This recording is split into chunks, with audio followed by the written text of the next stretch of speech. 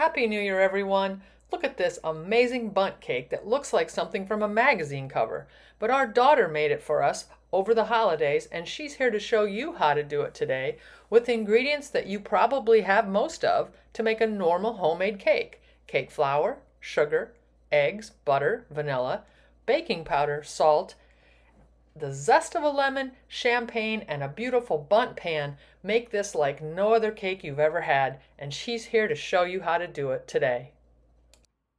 So Jessie, tell us what you got going so far. Yep, so we're doing the reverse creaming method, which is where you literally reverse it. So instead of doing butter and sugar like normal creaming method, you do flour, you do all your dry ingredients. So this would be the 3 cups of cake flour, which I sifted, 2 cups of granulated sugar, a tablespoon of baking powder, 3/4 teaspoon fine sea salt, and the zest of 1 lemon. Butter needs to be at room temp, and I kind of cut it into cubes and throw it in. Okay. Yep, and so then you want it to get to this texture where it's coarse sand. So you could see when I press my thumb in there, it stays together, but it's kind of like a sandy texture. That's So just how what long you would want. you say you cream this? I would say maybe 3 to 4 minutes. And where's your butter at room temp? Yep. Okay, and we also wanted to talk a minute about the fact that we didn't have probably enough unsalted butter. So if we have to use salted butter in a recipe that calls for unsalted butter, would you just cut back a little on the salt that the recipe calls for? Yep, just cut back on the salt, maybe by 3/4 teaspoon or half of the amount. And you can always taste the batter and see if you need a little more salt. Perfect. Okay, so the reverse creaming is just finished. So again, it is a sandy texture. And now what are we going to do to this cake? Now we're gonna prepare our bundt pan. So you can see bundt pans come in all shapes and sizes. We have a really decorative one for the holiday season. It's beautiful. And of course, as you know, there's so many nooks and crevices in here. So it's gonna be really important that we grease it up and flour it up really well before baking. So I probably should have bought the pan spray that contains flour that's great for baking, because it's if you've never seen it, it's a great product to have, and I was supposed to buy it and I forgot. So we're going to use a regular pan spray and flour. Yep, was the old-fashioned way to do it. But this new stuff, you know, the spray actually contains flour, and it actually smells a little bit like vanilla, and it actually gives a great flavor to the baked product. So if you ever want to buy a can of that to have on hand for baking, it's really handy because it will allow you to skip this step. So Jessie's just going to sift over so we can get in these little grooves. Yeah, and we want it to be crevices. nice and fine, and we'll just kind of sift it in here and then kind of rotate the pan a little bit to get it evenly distributed as much as we can. So you know, these pans are quite non-stick, so I have a feeling that it's probably, well, we'll find out. Okay, next we need to work on our liquid portion. So we have our 6 egg whites that are room temp, and then I added the vanilla to it, which was 2 teaspoons of vanilla extract. And now what we're gonna do is whisk it with our 1.5 cups of champagne that's also at room temperature. So we just happened to buy some of those little splits of champagne, and 2 of them yielded exactly what we needed, which was 1.5 cups. Exactly, so we'll gently mix that up. So maybe you have a little leftover bubbly from the wonderful New Year celebration you had, and if you don't, the splits are a great idea to buy because they're just small bottles and you don't need to open a whole one for a recipe like this. Yep, so we'll just kind of mix it, nothing too intense because it's really bubbly. It smells great. And then we slowly add it to our flour mixture. It looks like beer. It does. And yeah, that foam is kind of interesting, but it'll be really delish. Okay. And now we want to mix it a little higher for 30 to 45 seconds until smooth. So not long. No. And it'll be a loose, you can see it's going to be a looser batter, which is totally normal.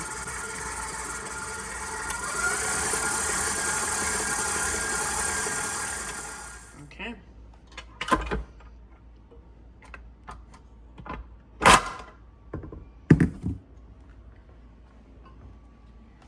clean off our paddle here. And then with these stand mixers, they're famous for not fully incorporating things at the very bottom. So it's nice to go under with your spatula and just to make sure there's not a lot of dry stuff stuck where the beater couldn't get to. So it looks like we're good. Now we're gonna put it in our pan. Okay. Now, do you suggest that you bake this Bundt on a tray in the oven? Yeah, I probably would. It will likely not overflow, but you never know. So it's just safe to put it on a pan, and also that can give you a little bit more even of a cooking surface, and it sits on your oven rack a little bit better that way. Oh, that's a good point. And then we'll just go ahead and use the same pan we used under it when we floured it. We'll wipe that off, and we'll be ready to pop this in the oven. So we have a preheated 325 degree oven. Yep. And it's going to be in there about 50 to 60 minutes. I'd probably set your clock at about 45 minutes and then check, you know, every 5 minutes or so till it's finished. Okay, so now we have it nice and loaded in the pan. You can start to see there's some air bubbles coming up. So we just want to kind of give it a few taps to release some of those bubbles so you have nice even baking. And we're gonna set it on our big baking sheet and slide it in a 325 degree oven. And we're kind of going a little second from the bottom on the shelf just because it's kind of a tall pan. Yep, you just want it to be in the middle of the oven. Okay. Okay, it's been 50 minutes. We're going to check to see if it's finished on the inside. It's nice and brown. Yeah, it looks beautiful. And it's a really fluffy cake. Oh, See? yeah, it's coming out clean, so we're good to go. Ready. So now we've had it cooling on a rack for 15 minutes. You can see it's starting to pull away from the edge over here, which is great. That means it's gonna peel out of the pan really nice. Detach. So what we're gonna do is take our display, whatever you want it to sit on, and flip it on top. And then flip it back over. I'm going to use my hot pads because it's still quite warm underneath. And we'll flip it around.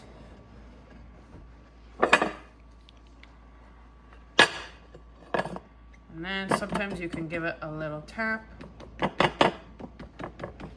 And then take it off. Oh my goodness. Wow. I'm sorry. I was going to say we were going to cross our fingers, but holy cow. That came out so well. And I have to tell you, I'm just going to tell you, you know, my daughter is, 30 years younger than me, or 35. And so my Bundt pan would not have been this nonstick. But this is a newer Bundt. And I'm telling you, if you could see this in person, it is just gorgeous. Yes. Those little facets are incredible in these new Bundt really pans. nice. I mean, look at that. So now we're gonna let it cool, Jess? Yep, let it cool all the way. So, you can, if you have time, give it a couple hours to let it fully cool. And then we'll come back and finish it for presentation. Awesome. Okay, so we're nice and cool, right? Yeah, really, everything's really cooled down, totally firmed up. And now we're gonna do some finishing touches. So we have this really great product from King Arthur. It's their non-melting sugar. It's just powdered sugar, and it won't soak into anything that you put on it. It's really cool. So Of course, they could just use regular powdered sugar. Yeah, Just be it's sure a great way it's to cool. finish the cake so you can really, the contours will really show.